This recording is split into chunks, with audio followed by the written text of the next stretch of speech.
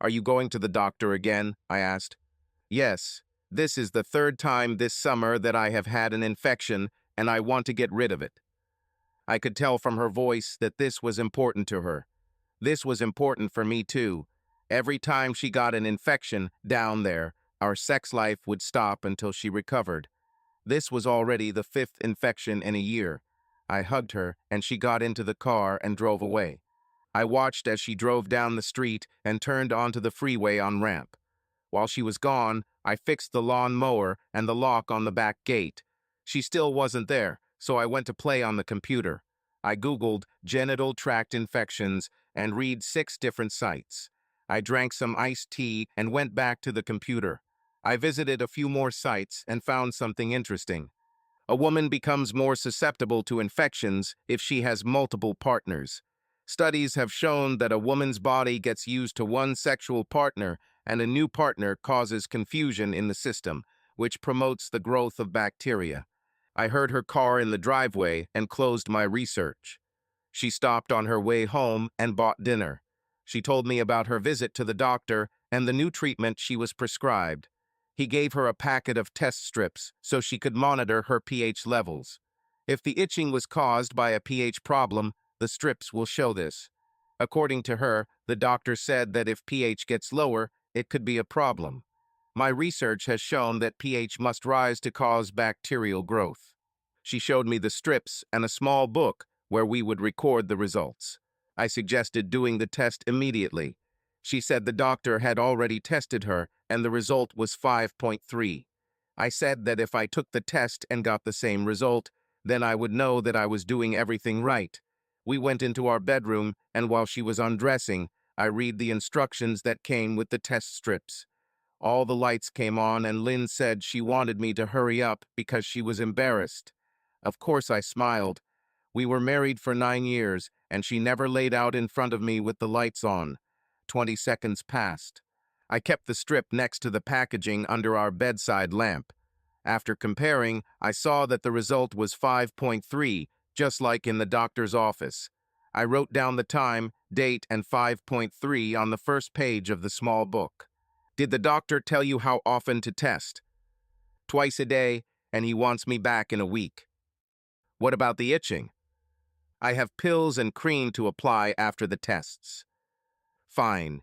Perhaps this will help you get rid of this problem faster." "You're saying that because you want to have sex with me again." "I also want you to feel better," I added, smiling. "I just want to stop itching." "Amen. Did he give you any other advice on what to do?"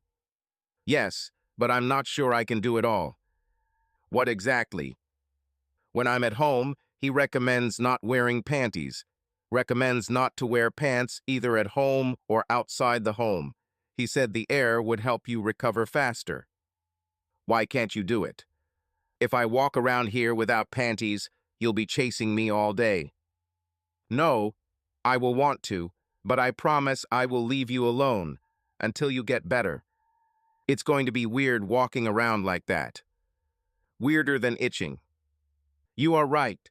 He also said no baths, just showers, and to use a hairdryer in that area after showering." "Sounds like it will help keep the area dry while it heals." "If you are serious, promising not to pester me all the time, I will do all of this."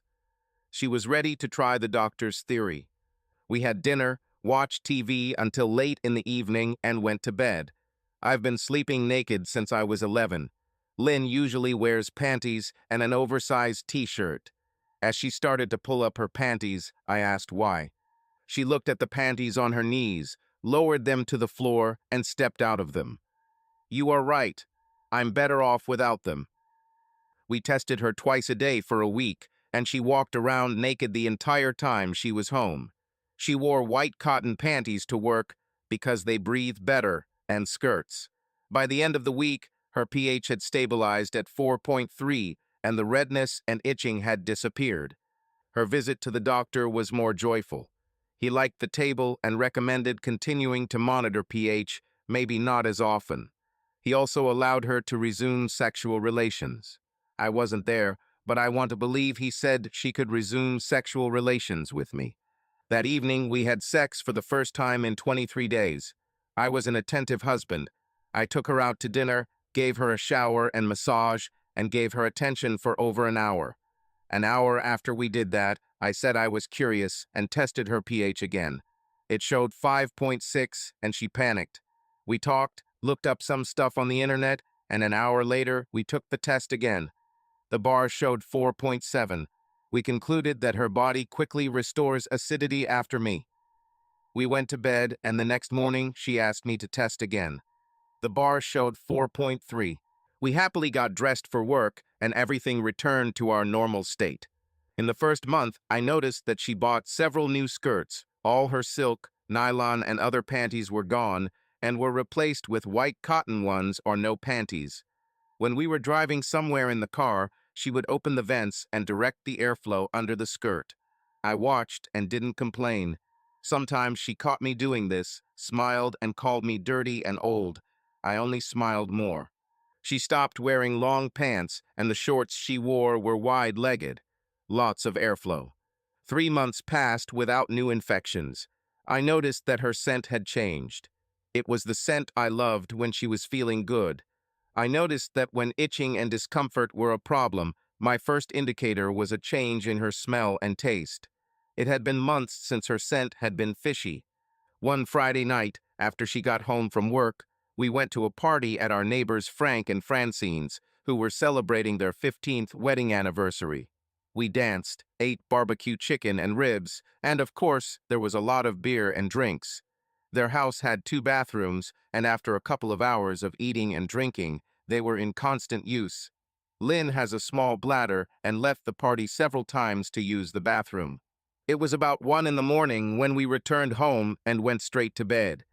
I was sure Lynn had passed out rather than fallen asleep within a minute of us getting into bed. She fidgeted a little, and I noticed that her hand was between her legs. It seemed like she was itching. I got up, took the test strips, and did the test. When I compared the strip to the packaging, I was shocked. She showed pH 7.2. The only way the rate would be that high is if someone other than me had sex with her, and it couldn't be me.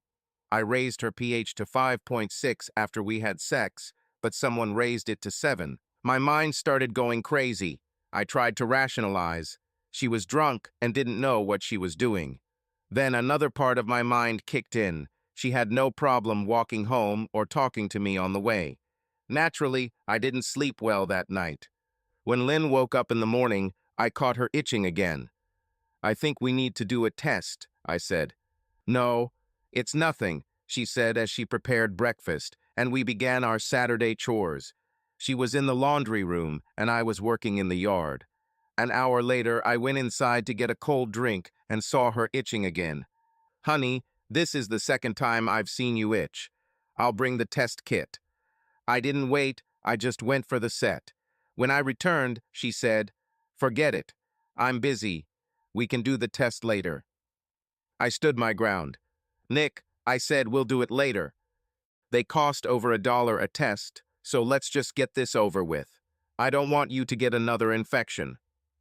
She leaned over and watched as I compared the strip to the chart on the package. She showed 6.6.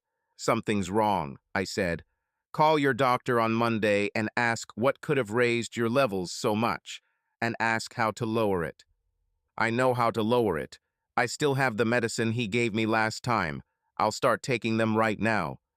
She left the laundry room, and I went back to work in the yard. I knew the itching and medication meant we wouldn't have sex, but I was okay with that. I was sure she was having sex with someone in our area. If she had sex with someone else, I didn't want sex with her anymore. On Monday at breakfast, she promised me that she would call her doctor during her morning break. I knew her break started at 10. I told her to call me immediately after talking to the doctor. I went to the medical building next to my office. I talked to the gynecologist for whom I did computer work. I told him what I knew. He said he was sorry, but signs indicated she was probably having sex with a new partner. Returning to the office, I waited for her call. At 10:40, my cell phone rang. It was Lynn. She cried. She told me that the doctor told her that she had developed an allergic reaction to me. I pointed out to her that it had been 5 days since we had sex. She suddenly stopped crying and asked what I was blaming her for. I blame the doctor for going crazy, not you. There is a medical practice in the building next to my office. I'll make an appointment for you and we can get a second opinion. Do you know the doctors in this building? Hell no, I don't hang out with doctors. It's probably more accurate to say that doctors don't hang out with guys like me. I called Dr. Seacrest and told him what she told me. I asked him to examine her, check her, and, if she is having sex with someone other than me, let us know about it together. He asked when the next party was in our area. I said I was planning a party this weekend. He made an appointment for Lynn on Monday. He said I should come to his office. He had something for me. On my way home from work, I stopped by Dr. Seacrest for a minute. He gave me a tampon in a plastic tube. He told me that if Lynn fell asleep immediately after the party, I should take a swab and do a swab, seal it in a tube, and bring it to his office on Monday morning. Lynn's appointment was scheduled for 1 o'clock in the afternoon. The rest of the week went pretty normally for us. No sex. She wore skirts and made sure not to do anything that would make me notice her in a sexual way. She didn't understand that I thought about her sexually all the time, whether she was around or not. What was unusual was that I was planning a party for her. I made up an excuse and told everyone in the area that the party was to celebrate the anniversary of our first weekend together. I bought food and hid it in neighbors' houses. I bought beer and wine and arranged for 2 guys to bring their own grills and cook the meat. On Saturday, I took Lynn to dinner, and while we were gone, the neighbors got the party ready and started cooking. Lynn wore a colorful skirt and peasant blouse to lunch. I put on khakis and a pullover. For lunch, she took a salad, and I took a salad with shrimp.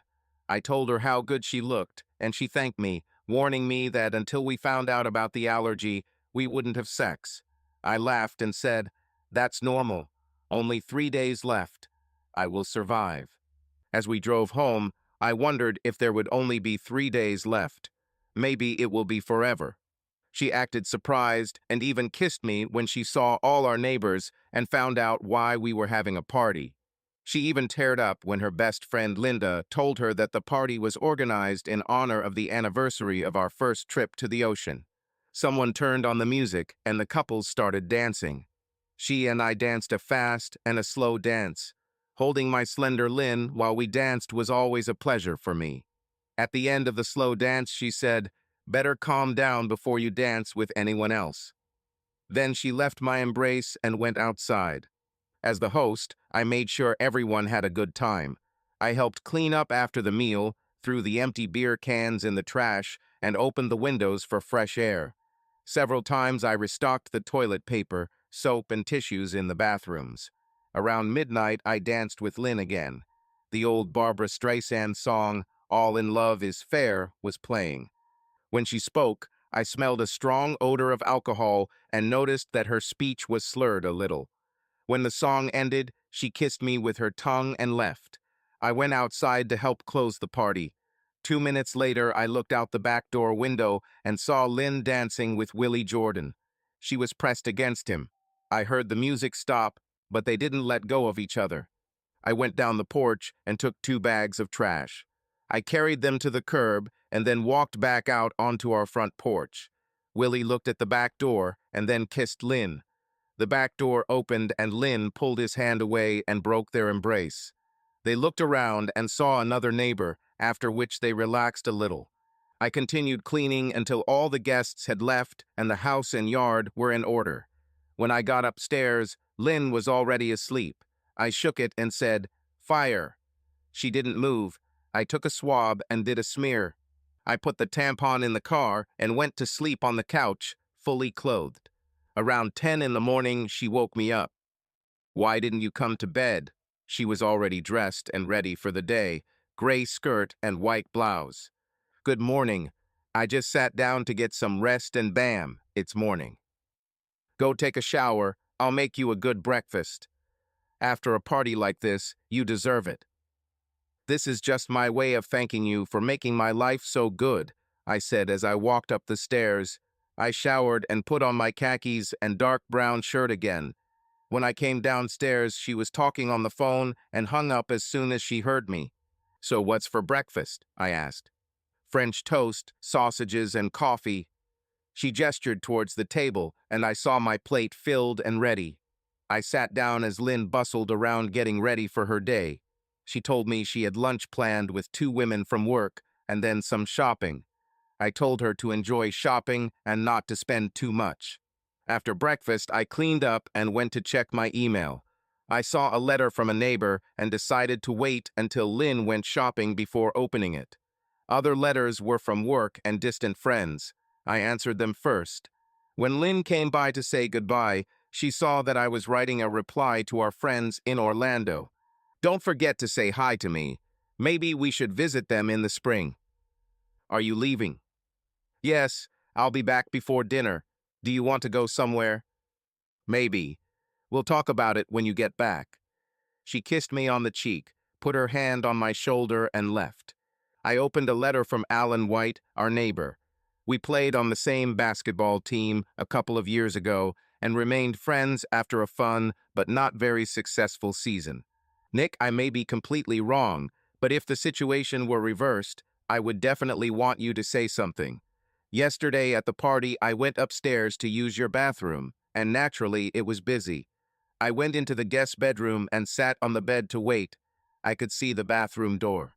5 or 6 minutes had passed when Willie came out of the bathroom and hurried downstairs. I got out of bed and took a step as Lynn came out of the bathroom. She checked herself in the mirror in the hallway and went downstairs. She didn't see me. Air freshener was sprayed in the bathroom, but the smell lingered, which made me even more suspicious. This is what I saw. I hope I'm wrong and that my thoughts are wrong. If you need to talk or need help, call me. Alan. I took the phone and called him.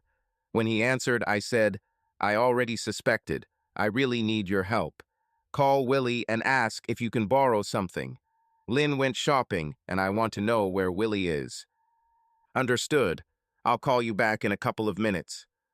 I opened Word and started making a list of things to do if our marriage ended.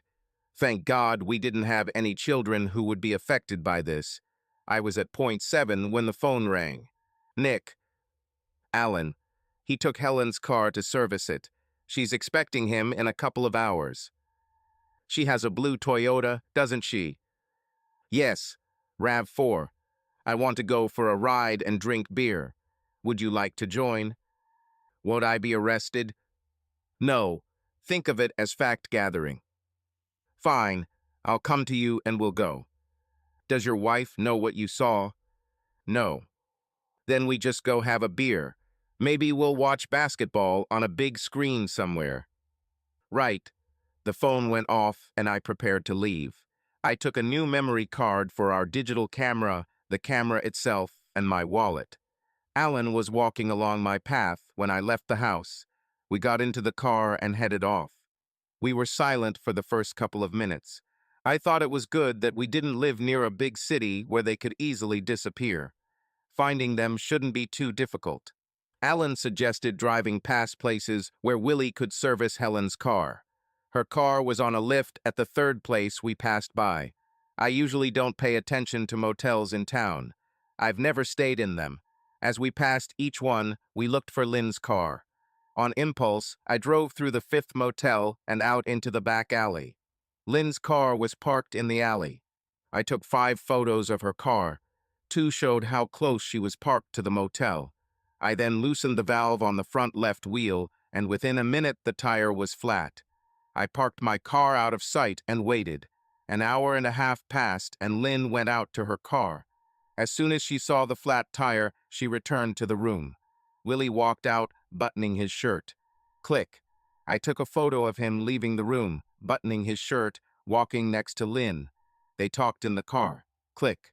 Then they opened the trunk of her car. Click. Willie changed the tire. Click. And when everything was collected, he looked around. Click. And kissed Lynn. Click, click, click.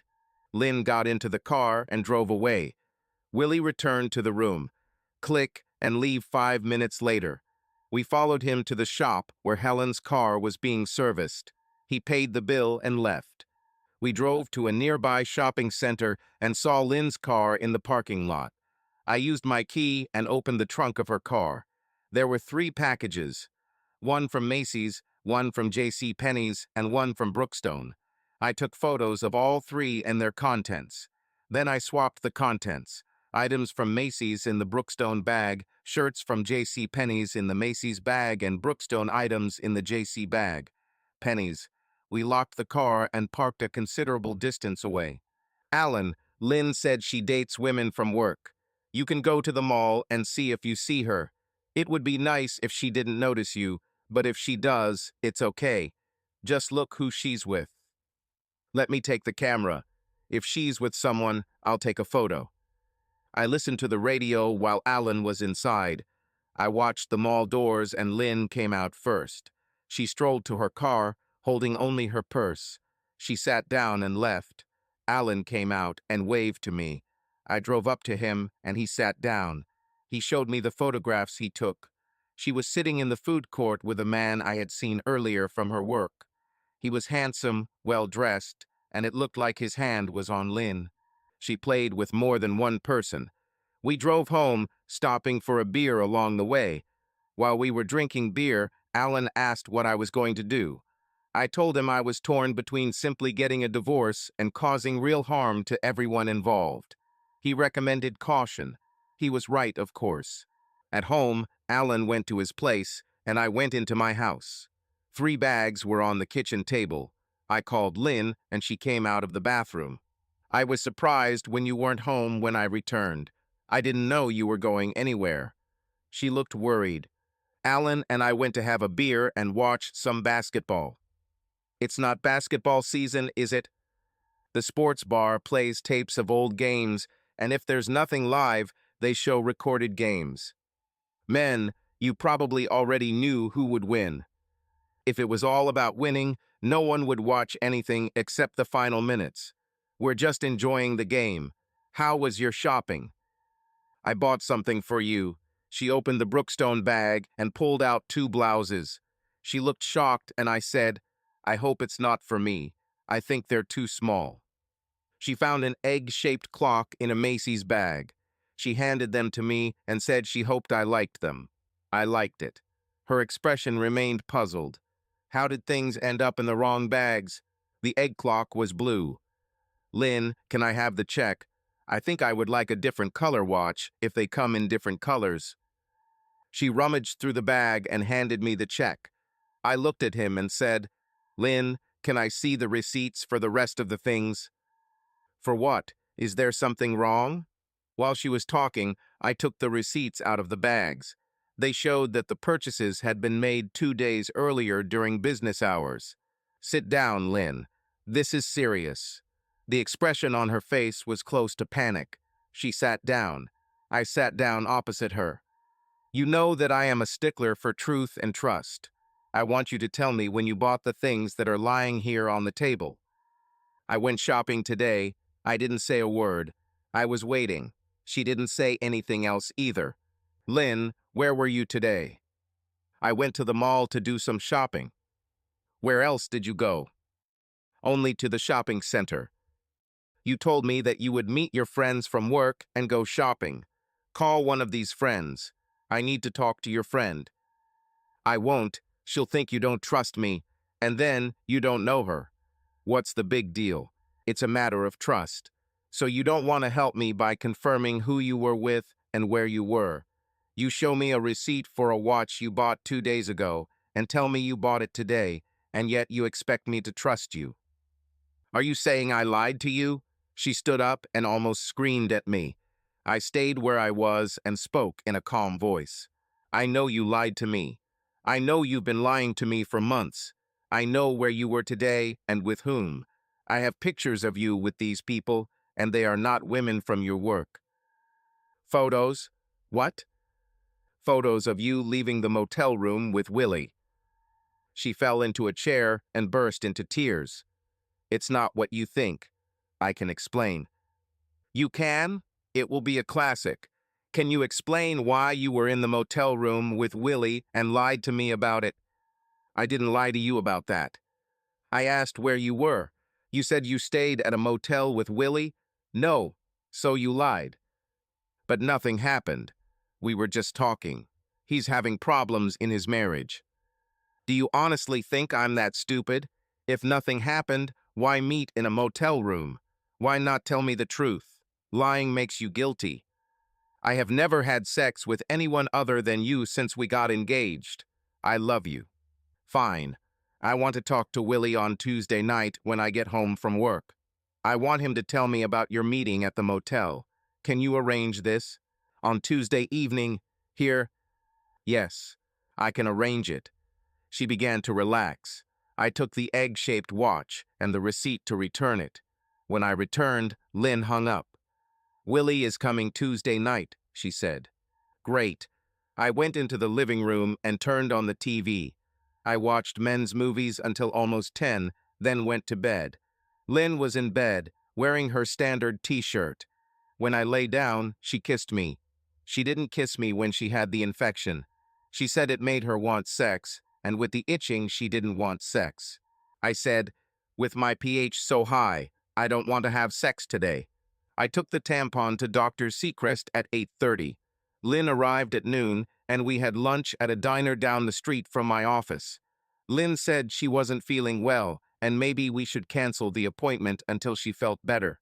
I said that I still have to pay, so it's better to go. 10 minutes before the hour, we checked in.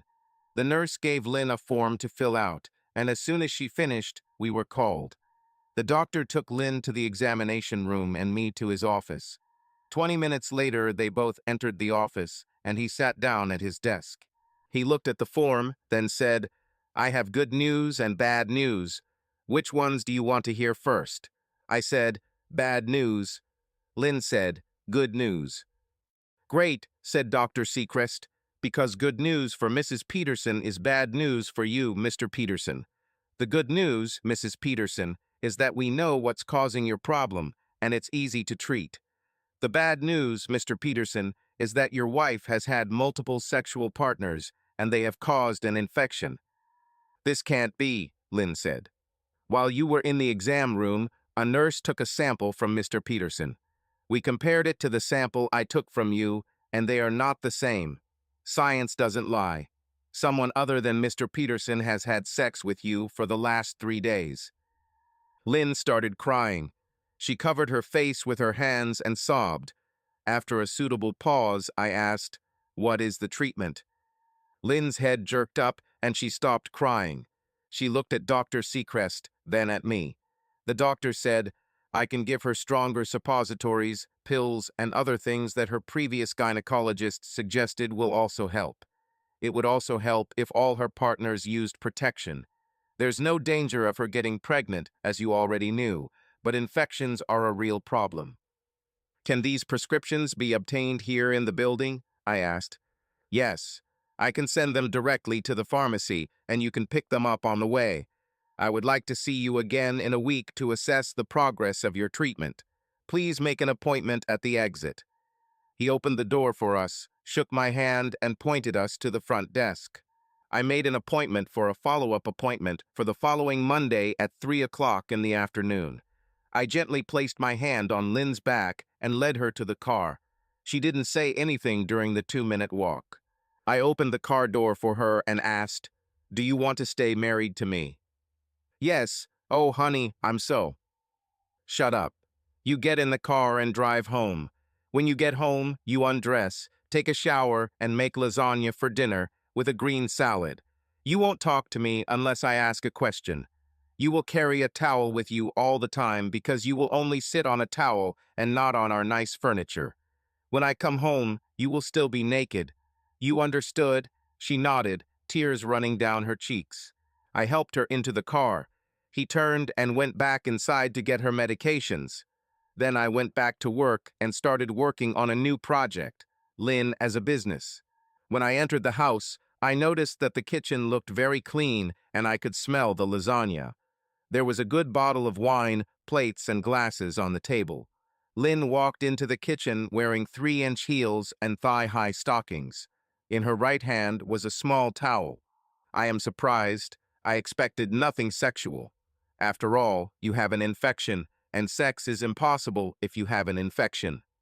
She started talking and remembered that she shouldn't talk. I continued, "That's not the case now. Anytime I want sex, I will have sex. I think that because of your affairs with other men, I lost the opportunity to have sex with you 50 times this year. I want these 50 times. Right now I want dinner. Please serve dinner."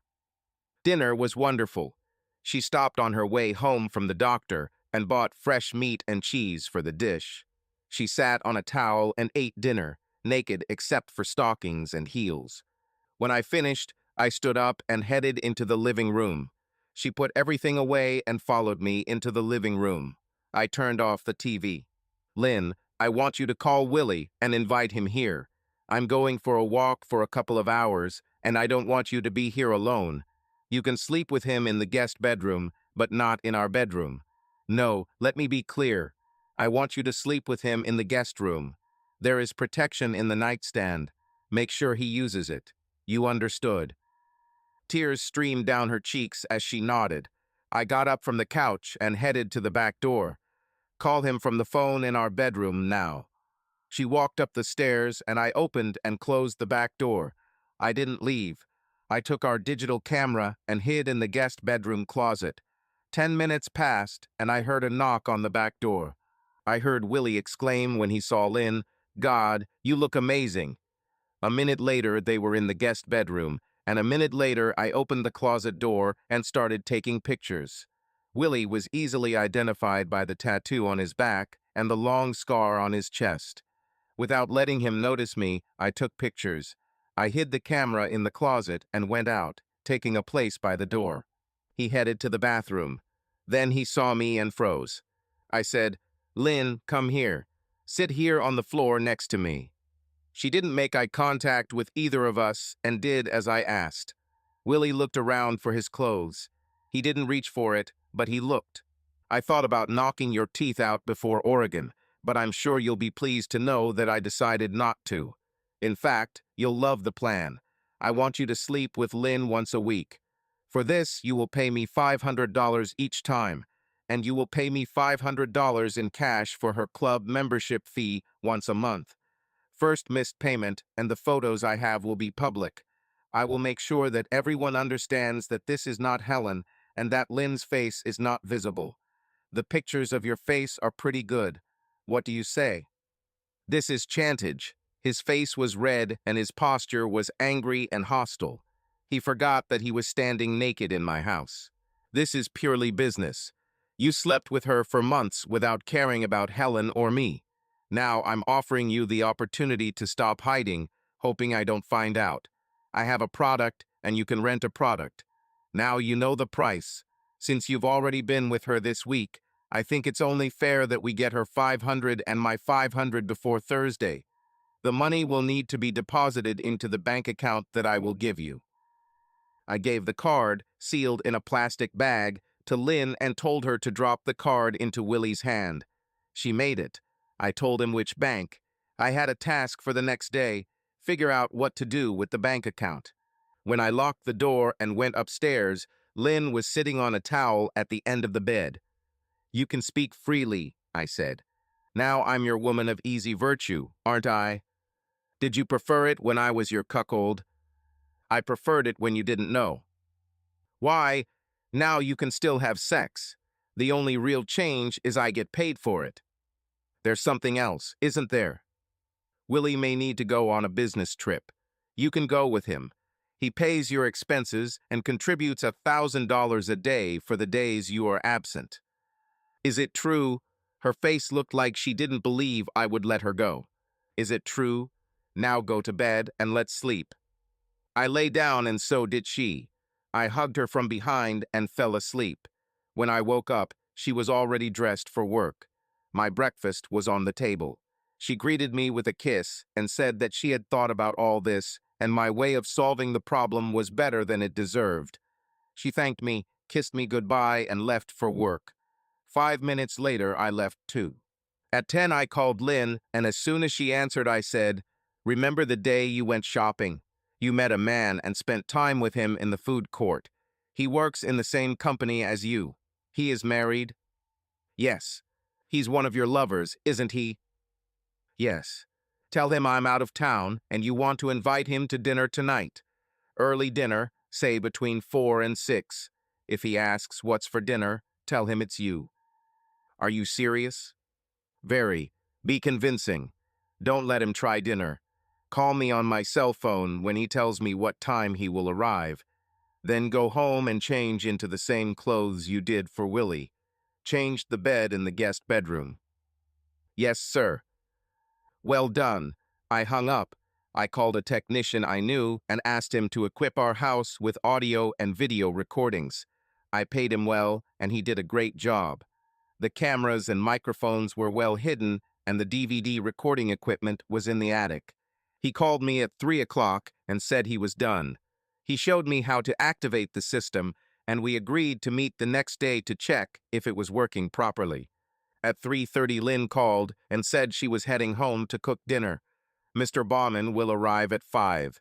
I thanked her for the call and hurried home to activate the system. I left before Lynn got home. I left a dozen roses on the dining table. Alan and I met at a sports bar, watched basketball, and had dinner. I told him that we had misinterpreted what we had seen. Willie did have problems in his marriage and received help from Lynn. I pushed them apart and their stories not only matched, but made sense. A man from work he was seeing was meeting her to ask about another woman from work he was interested in. At 9, I returned home. The house was clean, and there were roses in a vase on the dining table. Lynn was naked and lying in bed. The night light was on, and she was reading. When I entered the bedroom, she looked and smiled. Welcome home. Did Mr. Bauman enjoy his dinner? I hope his wife wasn't counting on him today. I don't think he'll be able to get up until tomorrow. Did you use the medicine after he left? Yes. Very good. I need a shower. Perhaps you would be so kind as to wash me and take away the stress of the day. Yes, if that's what you want. We got into bed and she said, I kept waiting for you to come out of the closet or somewhere else. Did he get a toll-free number today? I smiled. I'm the only one who gets free sex from you. The day I find out that someone is sleeping with you for free, you and him will be dead. Clear? Yes, sir. Tomorrow after work, I want you to go shopping for real. Buy nice skirts, blouses, and bras, sexy clothes suitable for work. Buy many pairs of these stockings. Your budget is $1,000. She pressed herself close to me and kissed me. Thank you. It can be fun to be your prostitute. It could be fun and beneficial for both of us. My technician and I met at home and saw how well the system worked. I watched the DVD, and it showed me how to make a copy of any recording on the system. After he left, I looked at Lynn's tapes with Mr. Bauman. I copied a short clip showing his face without showing her face. I took a copy with me and reset the system so that one press of a button in the house would activate motion detection recording. That night, Lynn and I went out to dinner, and she put on some of her new clothes. She looked very sexy, and we both enjoyed the attention she was getting in the restaurant. I tested her at home, and her pH was back to 4.3, just like it should be. We had sex. Dr. Seacrest tested her for everything, and she was free of everything except the infection caused by her pH. The next morning, I left the office early enough to arrive at Lynn's office at 10, her break time. I saw Mr. Bauman walking down the corridor towards the main entrance. He didn't notice me, so I just followed him to his office. I noted the name tag near the door. Mr. Bauman. Yes. Who are you? I closed the door behind me and said, I can either be your best friend or the one who ruins your life. Choose. Can we sit down and figure it out? He pointed me to a chair. As soon as I sat down, I planted a bug under the edge of his desk. I've already installed one in Lynn's purse. They were expensive, but the range was worth it. The receiver was under the seat of Lynn's car. Mr. Bauman sat down at his desk. I noticed that his chair was slightly higher than mine, a gesture of strength. You met with one of the employees after hours. I'm sure your wife and boss won't appreciate the video I have. You are talking nonsense. Go away. I stood up and pulled the DVD out of my jacket. Here's an example. I have over an hour-long video of your meeting. I put the card next to the DVD. Make a cash deposit into this account at Merchant Bank before noon on Friday. The amount in cash is $1,000. You can make an appointment once a week. The price is $500 per session and $500 per month for membership in her club. The $1,000 you contribute will cover last night and this month's dues. As I was driving back to work, my cell phone rang. It was Lynn. She was very upset. I calmed her down and asked what happened. Mr. Bauman called me into his office and yelled at me. He said he would arrest us both if the video surfaced. He said we would go to jail. He threatened that someone would beat me and disfigure me. Nick, he scared the hell out of me. You did everything right, dear. There was a bug in his office. His threats have been recorded and will be with the police soon. The only way to avoid this is to deposit money and come to the next appointment. I don't think he'll come. I think he'll fire me. Then 50 copies of the DVD with his face on it will surface and his life as a leader will be over. The first copy will go to his wife and the second to his parents. Will you protect me? Her voice sounded like that of a frightened girl. No one will hurt you. At the office, I packed up the blank disc and mailed it to Mr. Bauman's address, addressed not to Mrs. Ted Bauman, but to Caroline Bauman. The post office was on the same block as my office, so I walked over and mailed it. No return address. I paid extra for the next day's delivery. I invited Lynn to dinner to calm her down. When we got home, I checked my account balance. As of last night, the balance was $1,100. At 11:50, it was $2,100. Mr. Bauman gave up. I called Lynn on her cell phone and said, "The money has arrived. Nobody will disturb you today. Have a good lunch." She laughed and thanked me. I went looking for a motorhome. We created a new calendar program on our home computer.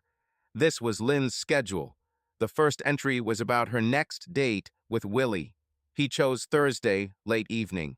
We blocked out time slots when we needed to do things, and I printed out a weekly schedule showing open time slots for Mr. Bauman.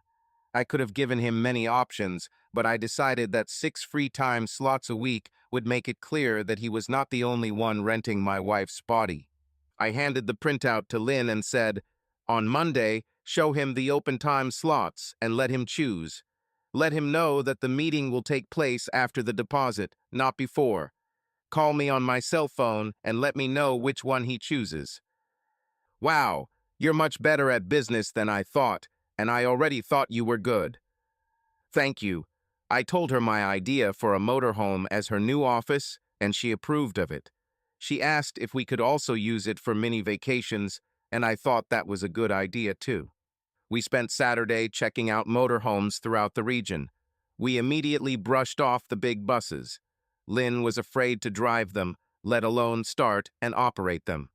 When it began to get dark, we were more than 60 miles from home. One nice saleswoman, knowing where we were from, suggested that we have dinner and then come back and spend the night in the motorhome we were looking at. She provided us with bed linen and pillows, and we agreed. We drove the RV to the mall, parked away from most cars, and ate dinner at the Outback Steakhouse. Back at the motorhome, Lynn sat behind the wheel and drove around the huge parking lot to get used to the controls. We got back to the dealer before 9 and parked for the night. We closed the curtains and locked the doors. I went outside to check what needed to be done to make sure no one could watch Lynn and her men except me. I took some notes. Lynn thought this camper might be useful to her. The saleswoman called it a Class C, which meant it was originally a van, and then the company built temporary housing on it. He was 3 years old. Knew it cost someone about $60,000. In the current economic climate, I was confident that for $19,000 this motorhome would be ours. Lynn wanted to test the bed. We did it. I made notes about this too. We started the generator for an hour. It was very noisy outside, and unless it was really hot, I wouldn't let Lynn run it. It was necessary for the air conditioner to work. The air conditioner worked well. We also tested the heating system, and it worked well and didn't need a generator to run it. We went to bed and slept well. In the morning, we were woken up by a knock on the door. The saleswoman called, "Open up, I brought us breakfast." "Okay, open the door," I said. I pulled on my shorts. Lynn looked around and didn't immediately find her shorts, so she simply opened the door. The saleswoman, Sally, handed a bag of food to Lynn and brought 3 cups of coffee as she walked up the steps to the motorhome. She closed the door. Lynn took breakfast out of the bag and set the table for the 3 of us. "I think you've made yourself at home here. So what's your solution?" "Sit down. Let's talk over food," I said. "I am hungry." Lynn placed a small towel on the seat and moved over to make room for Sally or me. I invited Sally to sit where she was comfortable. She hesitated a little when choosing a place. "Would it be better if Lynn covered herself?" "Yes, it will. From the moment she opened the door, I've been trying to come to terms with the fact that she's naked. I'm a little uncomfortable." I found a t-shirt and Lynn put it on. She apologized and said she forgot that most people don't walk around naked at home. Sally sat next to Lynn and the 3 of us ate and talked. I asked about jacks to stabilize the motorhome and Sally quoted a price with installation. I asked about thicker and longer curtains. She gave us a price and said Lynn or I could choose the fabric from the samples they had in their office. We then discussed the price, and with everything including sales tax, I needed to spend $2,800. Lynn got dressed, and so did I. We met with the financier, and 3 hours later, we were on our way home. Sally called a place where we could store the motorhome. She gave us guides to campsites and service centers. We installed and tested new electric jacks, new long curtains that will never have gaps, and a full complement of fluids: fresh water, propane, and gasoline. Lynn drove the camper, and I followed in our car. I saw a Walmart ahead and honked at Lynn. Her turn signal came on, and we were soon parked in a Walmart parking lot. When we went inside, I said that we needed radios, bed linen, and a mattress. There was a large mattress store next to Walmart. We went in and Lynn bought a new mattress for the RV. They installed it and threw away the foam mattress that was in the camper. As we walked through Walmart, we saw things we needed for an RV and purchased many of them. At the warehouse, we packed our things and locked the camper. I paid rent for 3 months and was happy with our place. It was not visible from the street. Lynn asked me why I didn't throw her out when I found out she was sleeping with other men. I explained that I had invested almost 10 years into our relationship and didn't want to throw it all away. I spent almost 10 years wanting her to be happy. I realized that for her happiness, she needed more sex on the side than she could get from me. In my head, the only way to make her happy is to support her in it.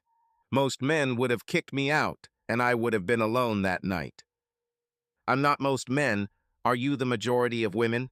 What are you asking? What if Sally was a free spirit this morning and got naked and then had sex with both of us? Would you be okay with that? 3. Or if I just had sex with her? About. She looked at the table, but I was sure she was only seeing a mental picture of me. She was silent for a while.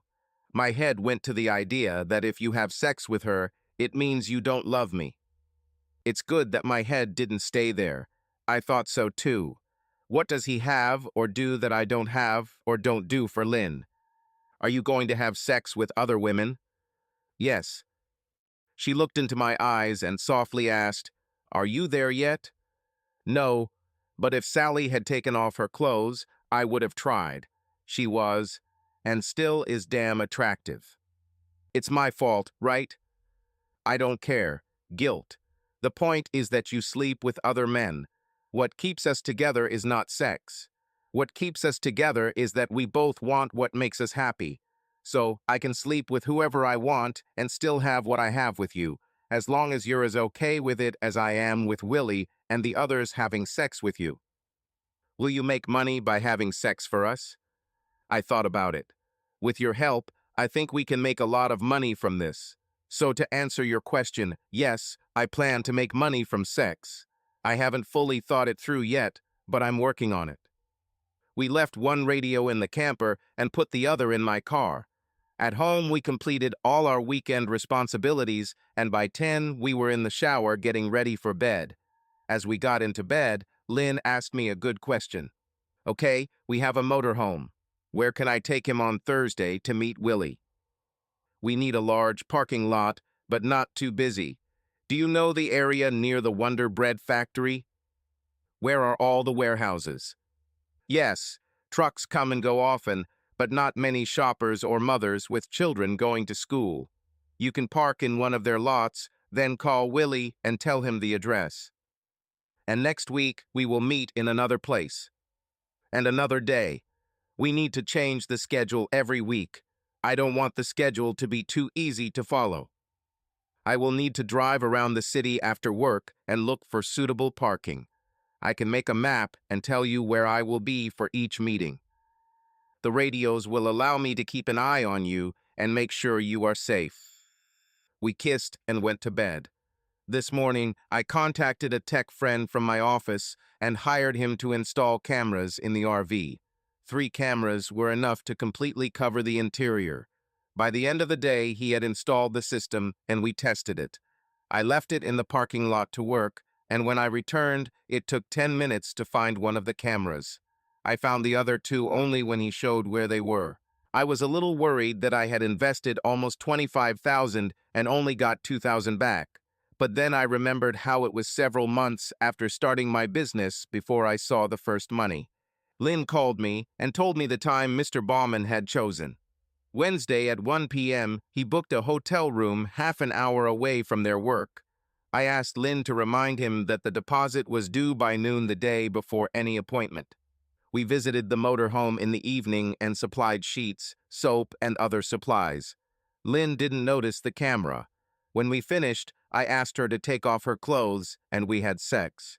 As we exited the motorhome, I opened the outer storage compartment and took the DVD out of the recorder. "What is this?" she asked. "Insurance. Let's go. When we get home, I will explain everything." 20 minutes later, I inserted the DVD into our home player and turned on the TV. On the screen, I saw myself undressing, while Lynn was also undressing in the motorhome. The audio recorded every word, moan and sigh during our sex. This continued until I turned off the recording before we left the camper. Now I understand what you meant by insurance. But how can I turn it on and off? There is a power distribution panel next to the door. Lots of switches and lights for things like the generator, air conditioning, switching from battery to AC, and there's a switch labeled ref. For the refrigerator, Lynn said. Exactly. It turns on the recording system. Just like here in the house, it records 8 hours of activity. If you turn it on and sit down to read a book, it won't record. When you get up, it will turn on and start recording. When you stop moving, it will wait 5 minutes and then turn off. You don't have to turn it off at the end of the date. You don't have to change the DVD or anything. I'll take care of it all. When I meet Mr. Bauman, I will be at the hotel. There will be no video. There's a bug in your purse. I can listen to everything that happens in the room. Before you come in, tell me the room number. If something unexpected happens, I will be in the room as quickly as I can. Everything that is said next to your purse is also recorded, again for insurance purposes. Wow, I better be careful what I say about you. Yes, that would not be pleasant. And if I hear something unpleasant about myself and you're not on a date, you'll have to pay for it. I understand that Willie needs to hear that he is a better lover than me. This is business. She went to the hotel with Mr. Bauman. I parked in the hotel parking lot and listened to them. He was an arrogant man who demanded things rather than asking politely. He used words and phrases that almost made me angry enough to beat him, but I realized that he was provoking us by provoking Lynn. He wanted us to stop playing so he could stop making financial contributions. He didn't hit her or make her say the panicked words she would have said if she needed help. Half an hour later, after they entered the room, he got dressed and left her in the room. She showered and got dressed before leaving. She went back to work and so did I. The next day, she drove to the parking lot. left her car, and rented a motorhome. She parked in the parking lot of an electrical goods company. People were coming in and out of the lot, but not too many, and she parked at the very far end of the lot. 15 minutes later, Willie parked across the street and walked up to the camper. He knocked once, and the door opened. He stood up. "Nice camper, Lynn. It's yours." "It belongs to a friend. I do him a favor, and he sometimes lets me use it. Do you like it?" "Yes. He has two things I love, a bed and a bitch to put on the bed." "Yes, Willie. For the next 2 hours, I'm your bitch. Let's do what I love when you do it with me." "This is bullshit, and I know it. You're having sex with me for money. You're not paying me. I've been sleeping with you for months now because I like it. Your husband likes money. And you too. Look at it this way. You're making a deposit somewhere so you can have sex once a week without the hassle. You don't have to wait for neighborhood parties or wait for Nick to leave town. Money is freedom and convenience.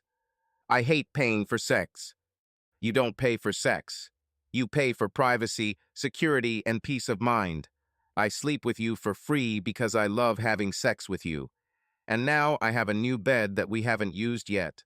Don't you think we should use it and have some fun?" A minute later, they were already having sex. "What day is next week, Willie?" "Wednesday." "No, that won't do. I'm busy on Wednesday." "How about Tuesday?" I heard the pages turn, and he said, "It must be in the morning." "How early?" "At 8:30 or 9:00. "Fine. At 8:30 on Tuesday. I'll call your mobile at 8 and tell you the address." I heard the door open and then close. I watched as Willie crossed the street and got into his car. I called Lynn on the radio. She replied, "Reception, reception. Is that you, good friend?" "Yes. Get out and return the motor home to your friend. I'll be home around 6:30.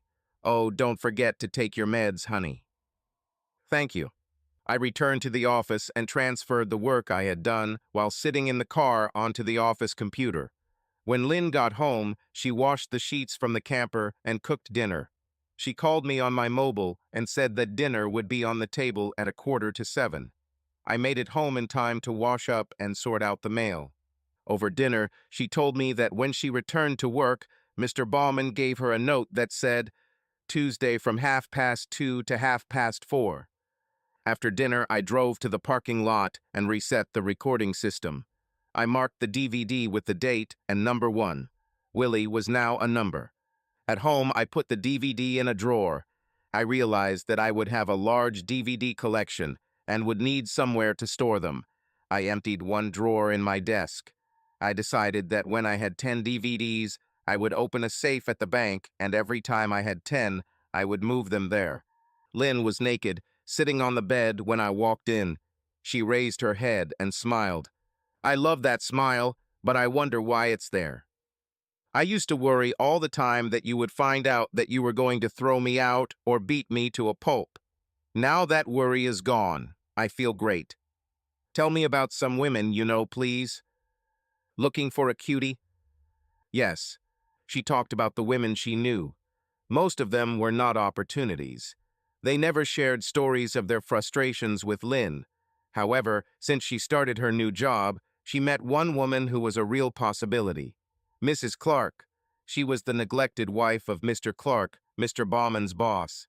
The day she moved into her new office, Mrs. Clark was her first call. Mrs. Aurora Clark spoke to the woman who had a telephone number to Lynn almost every day. Her first call was an introduction, and Lynn impressed her. She called a couple of times a week. In short, Mr. Clark was more interested in business than in pleasing his wife. Ask her if she has a computer. If so, recommend her to call my mobile number and ask for an upgrade. Let her know that the first visit is free. I can offer this. When I talk to her, "Are you my husband?" "No, but you can tell that I'm married."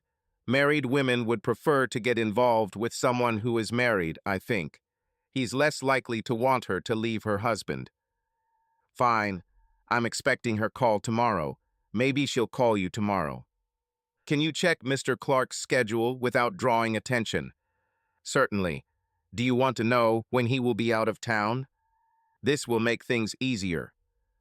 The next day, I received an email with a photo of Mrs. Aurora Clark and her phone number. In the photo, she stood in the garden, holding a glass of champagne and smiling. She was wearing a summer dress that showed a lot of skin and generous cleavage, nice legs, and a lot of tan skin. She looked about my age. The letter said, "I talked to her. She gave me a photo to send to you. She wants you to call her before noon today. Offer her a good deal on a computer upgrade." I called. The conversation was strictly business, and we made an appointment for a free estimate. While we were talking, I received a new email with her husband's schedule. He was flying to Tampa Bay for the weekend. His plane took off in 3 hours. "Mrs. Clark, I have a canceled appointment for this evening. If you want, I can come and evaluate your computer today." "At what time?" "How about 6? Her plane took off at 16:45. 6 will be fine, but will I distract you from your date with your wife or something?" "No, I'm married, but my wife is in San Diego tonight. In fact, she will be out until noon tomorrow." "Are there any other plans?" "If I weren't dating your computer, I'd be watching a professional basketball game on TV.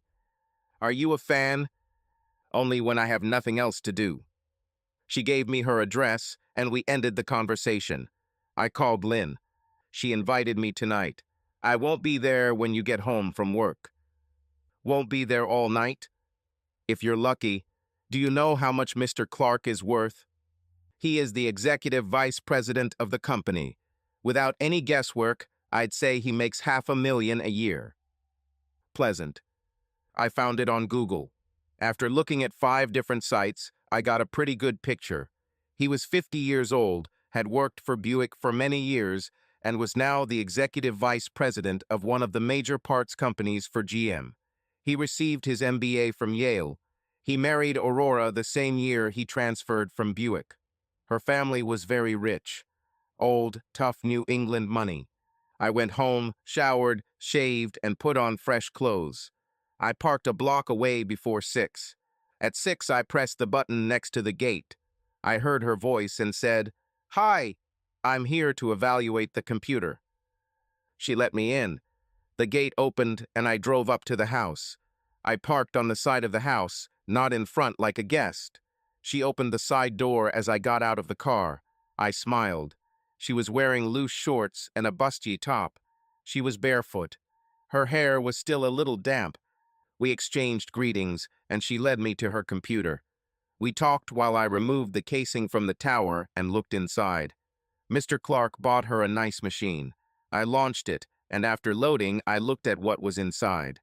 Discovered that he had installed 2 different programs to monitor keystrokes. Then I discovered that no one had ever looked at them. I came to the conclusion that he didn't even know the monitors were there. I removed some things she didn't want or need and made the car faster. She watched everything I did. Half an hour later, she said, "Talk to me." I told her what I found and what I did. Talked about programs for monitoring keystrokes. She didn't flinch. "Fine, you're good." Michael had one of his technicians look at the machine, and he couldn't find any monitors. "Now, do you want to see my real computer?" "Yes, you're much smarter than Michael or anyone else knows." "One day I will tell you a story, but not today." She led me to an outbuilding that had once been a stable. Perhaps 100 years ago, there were horses there. One room contained boxes of tissue and 2 industrial sewing machines. She moved the tissue box and pressed the button. The door opened, and we entered a small room. I was delighted. She had thousands and thousands of dollars for high-tech computer equipment. She sat down and said, "Do you know my husband?" "No, we've never met." I know a lot. On the phone you said your name was Pete. This is Nick. Your wife works for my husband, with Yes Bauman as her boss. She slept with him for a little over a year. You know everything about it." "Fine. You are good, no. You are incredible. Do you know why I wanted to meet you?" "For at least 3 reasons. First, use me to make money. Secondly, to get sex." Third, maybe add me to your stable and make money by having sex with me. Okay, guilty on all counts. Why am I here? I want you to help me destroy my husband. By the end of the year, I want him to either be sitting in an 8-meter cell in some terrible prison or living in a small, dirty studio with rats and cockroaches as neighbors. You don't love him. You too. Mr. Yes Bauman drugged your wife by having sex with her and then handed her over to my husband. He had sex with her. This was the first major infection she got last year. Her fingers tapped the keyboard, and she held her finger over the enter button. I have it on video. Do you want to take a look? No, I believe you. I wanted to find both men and hurt them.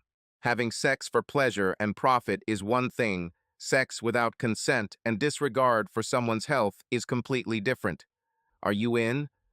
Yes, and Lynn too. I know. I've kept in touch since she got promoted. She'll get promoted again. Money is good. You don't have to worry about money. We're already rich, and we're going to make a few million more. I hate to argue, but you're the one who's rich. I spent $25,000 setting up our small sex business and have made less than $8,000 so far. She stood up and led me out of the computer room and into the apartment. For the next 2 hours, I did everything she asked. When I was tired, we rested on the big bed. Do you have a plan? Yes, but you're not angry enough yet. He married me to get access to my money. He got access to 1% of my money. He thinks that 1% makes him rich. On our wedding day, I found out he had sex with 3 of my friends. He gave them $10,000 in cash each. On the day of his going-away party at Buick, he had sex with his secretary. He told his secretary that he would hire her as soon as he got a new job. He didn't do it. Instead, he sent her $20,000 in cash and never returned her calls or emails. He's in Tampa Bay right now for a football game. He doesn't care about the game. He's got his eye on a cheerleader there, and now they're having dinner. In an hour, he will have sex with her, and she will lie to him, saying that he is good. He's not that good. Why are you still married to him? If I initiate a divorce, he will be able to take money that does not belong to him. It wouldn't hurt me financially, but he would live well on the money, and that, dear Nick, won't happen. Remind me never to cross your path. If you ever wake up feeling like there's a truck parked on your chest, you'll know you've crossed me. I am hungry. My cook made us pork ribs, beans, and cornbread. They are in the oven to stay warm. Let's eat. She took me to the main house without getting dressed. Dinner was incredible. The meat fell off the bones at the slightest touch. Cornbread was made with corn kernels baked in it. She brought me back to the computer room and said, "Let's check on my husband." A few keystrokes and the monitor showed the inside of his room. He had sex. He's a bastard. We turned off the screen, and I noticed that she hadn't stopped recording. What do we do next? I asked. I think Lynn should help us. She can invite Carl to invite my husband with them. Carl is not Mr. Bauman's first name. No, he likes his first name, Bradley. He says it is the name of a rich man. I call him Carl, his middle name. What happens when the 3 of them are together? They will be discovered by the paparazzi. Since your wife will be in the game, we will set it up so that everyone will think that she did not consent to sex. It will happen at work. They will be destroyed. And your wife will make a lot of money. She will speak on Oprah, on Dr. Phil, on Letterman, and get paid very well for her story. A poor working woman who was taken advantage of and mistreated by her bosses. Crap, I like it. She pressed a few keys, and the monitor showed our bedroom. Lynn was lying in bed. She's so hot, said Aurora. Neither man can resist. Aurora turned off the monitor, and we returned to the main house, carrying our clothes. We took a shower together and went to bed. When I woke up, Aurora was sitting next to me on the bed. She looked me in the face and said, "Do you have a cell phone?" "What for?" "Call Lynn. Let her go to the IHOP near your house. You will go after her and bring her here. By evening, we will be a trio seeking revenge and justice. I rolled over onto the edge of the bed and found my phone in my pants. Lynn answered the first call. Hello, I love you, Lynn. Have you ever met the lady I work for? No. Then get dressed and meet me at IHOP. Don't come inside, just park and get in my car. What's happening? Trust me, you want to meet her. Fine, give me half an hour. As promised, 30 minutes later, she parked at the end of the lot and got into my car. Aurora sat in the back, crouched down. When Lynn sat up, she saw Aurora. She sat down, closed the door, and said, "Good morning," to both of you. I drove off, and Aurora was talking to Lynn. At the gate, Aurora gave me the code, and the gate opened. She told me to park at the stables. A couple of hours later, Lynn was still in shock. She agreed to be the victim of two men and quickly became Aurora's friend. We walked from the computer room to the guest room, and as soon as Lynn walked in, she said, "You had sex with her in this room?" And the plan is for Nick to have sex with both of us in the same room. Both women woke up before me and got into a conversation about men in general, me in particular, and the two men who were their targets, Carl and her husband Michael. I listened. After a while, Aurora whispered in my ear, "We know that you are not sleeping." I kept my eyes closed because you're both so beautiful that I would be distracted if I looked. They kissed me back. We ended up having one more meal and spending the night back in the guest room.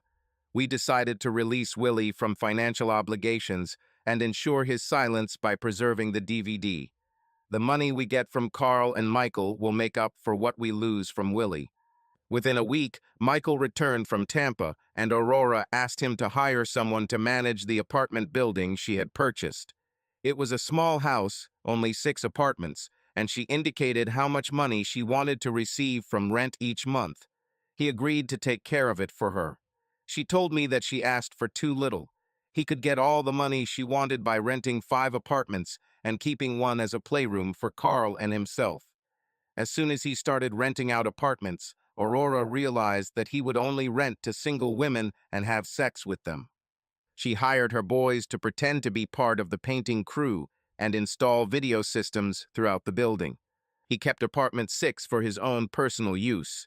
He asked the painting crew to install soundproofing between the 6th and 5th apartments so that the woman in the 5th could not hear what was happening in the 6th. 6 weeks passed from the time I met Aurora until Lynn was taken into Mr. Bauman Carl's apartment. 4 weeks after I met Aurora, I met Willie. I followed him to the diner where he bought lunch. I sat down with him as his mouth was full of corned beef sandwiches. "Willie, I like you. I'll make you an offer. If you like it, you can stop making deposits in both the bank and Lynn. You can also keep everything a secret. I will keep the DVD for 7 years in case you decide to talk to someone about your misdeeds." He swallowed a bite of his sandwich and asked, "Are you serious?" I nodded and said, "I'm serious. The matter is over and you are free. The price is silence. Agree? Is Lynn okay with this? She'll miss sex with you, but she'll be fine. Thank you for worrying about her. It will make her happy. Whenever we're at a neighborhood party or see you socially, you won't make a move on her. I'll find out and won't say anything if you do this. I'll just send 50 DVDs of you. Understood? Yes, I'm safe and it's over. Have a good lunch." I left him and he ate the rest of the sandwich. The following week, Lynn had sex with Mr. Bauman in a motorhome. Lynn parked near the lake and Mr. Bauman parked his car at the dock and walked over. When their activities were over and Lynn and him were dressed, he asked if she wanted to add anyone else to their activities. She asked with whom. She looked surprised when he said Mr. Michael Clark. She wasn't surprised, but she looked shocked. They agreed to meet next week on Wednesday, but Mr. Bauman wanted to change the location to Michael's apartment. He will pick her up from work and bring her back after the date. Lynn made the deal even sweeter by telling Mr. Bauman that next week there was no need to pay, it would be free. She didn't ask where the apartment was. Both men felt safe there. They weren't. I gave her the handcuffs to put in her purse. She told Aurora and me the plan. On Monday, I went to the police. I met with Detective Saunders and told him what I suspected. My suspicions concerned only Mr. Bauman. I told Detective Saunders that Mr. Bauman had threatened her job if she did not have sex with him where and when he said.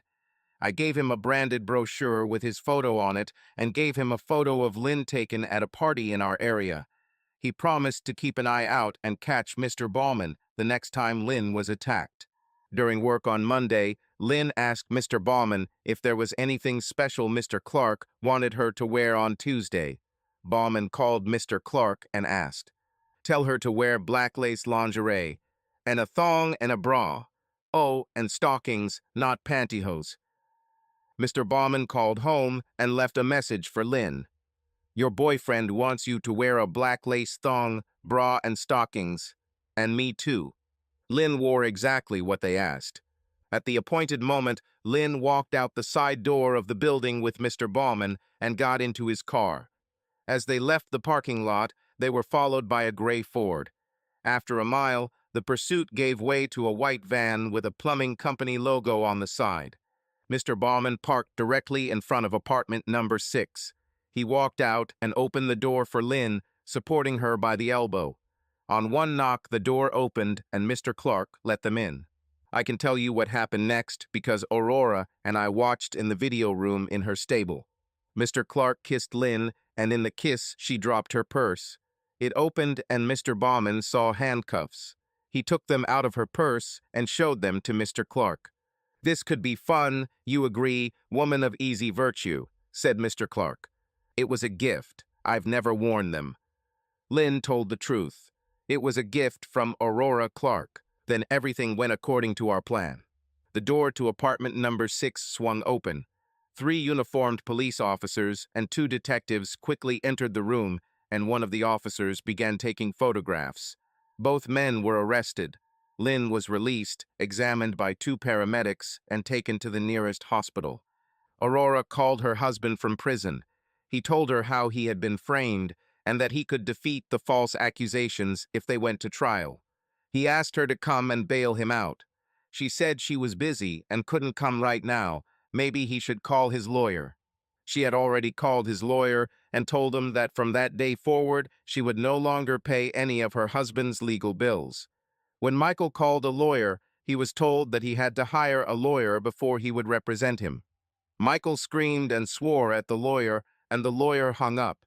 When he tried to pay bail with a credit card, he discovered that the district attorney considered both men flight risks and convinced the judge to hold them pending trial without bail.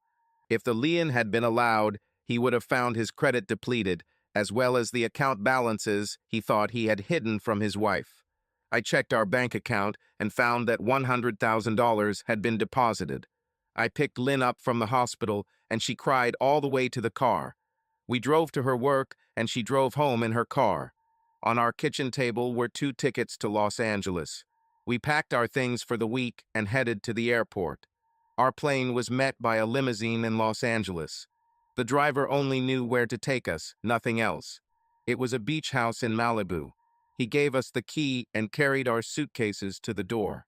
Inside, we found a typed note. "Enjoy a few days at the beach. Lynn won't lose her job.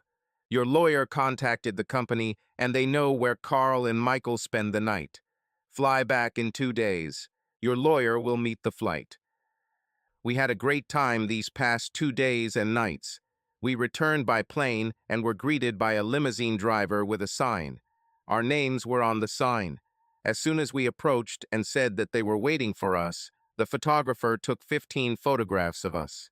We didn't watch TV news or listen to the radio while we were away. Someone leaked this story to the press. The photographer at the airport was only the first. By the time we got halfway home, the phone in the limousine rang and the driver was directed to the police station. 2 hours with the detectives, our lawyer hired by Aurora, and someone from the Dawes office, and we were on our way home again. There was no trial. The district attorney convinced Carl, Michael, and their lawyer that the court would give them 25 to life. They accepted the deal and received between 15 and 25 years. We each got what we wanted. Aurora got rid of her husband and kept her money. Lynn found a new lover and discovered many others. She realized that she liked women too.